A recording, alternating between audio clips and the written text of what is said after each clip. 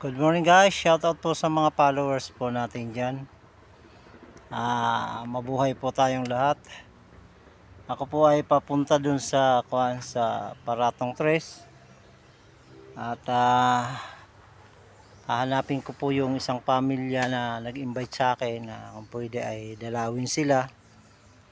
So, dahil tungkulin po natin na ihayag ang salita ng Diyos, kailangan po natin sumunod sa salita ng Panginoon, sa utos ng Lord. Ngayon nandito po ako nakatambay dahil napakainit po, no? Ang ganda po ng lugar dito, malamig. At diyan po sa lugar na yan ay bukid, palayan. Sarap manirahan dito eh. Kung maging kontento lang ang buhay ng tao, sarap na po dito, no?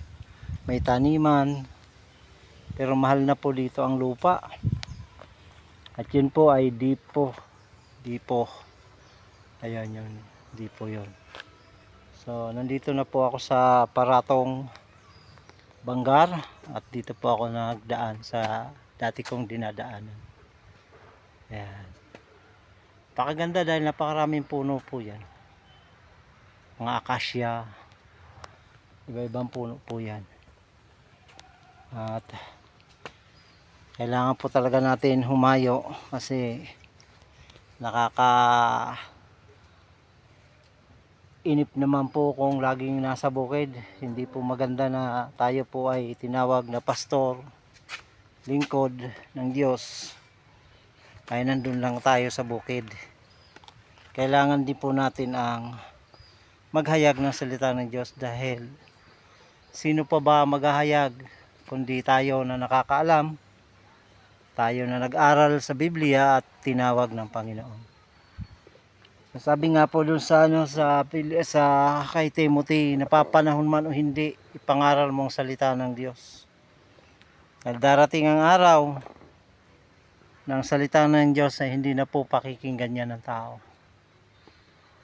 So ang mundo ay patungo na doon sa masyado ng marami ang umaagaw sa atensyon ng tao, lalo na sa social media. Sa mga kabataan ngayon, malayong malayo na po sila. Hindi na po nila pinapakinggan ang salita ng Panginoon. Kaya habang may panahon pa, kailangan po natin ay maghayag ang salita ng Diyos para maligtas po sila. So kaya ako nandito dahil hanapin ko po yung tao na nag-request na sabi niya kung mapunta daw ako dito ay kung pwede ay puntahan po sila. So shout out po sa lahat ng followers, mabuhay po kayong lahat at nawa ay nasa mabuti kayong kalagayan. Salamat po sa bawat isa. Ito po ang ating lugar.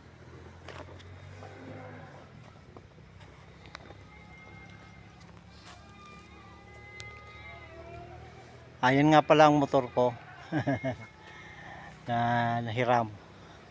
Hiram ko lang yan. Ayan.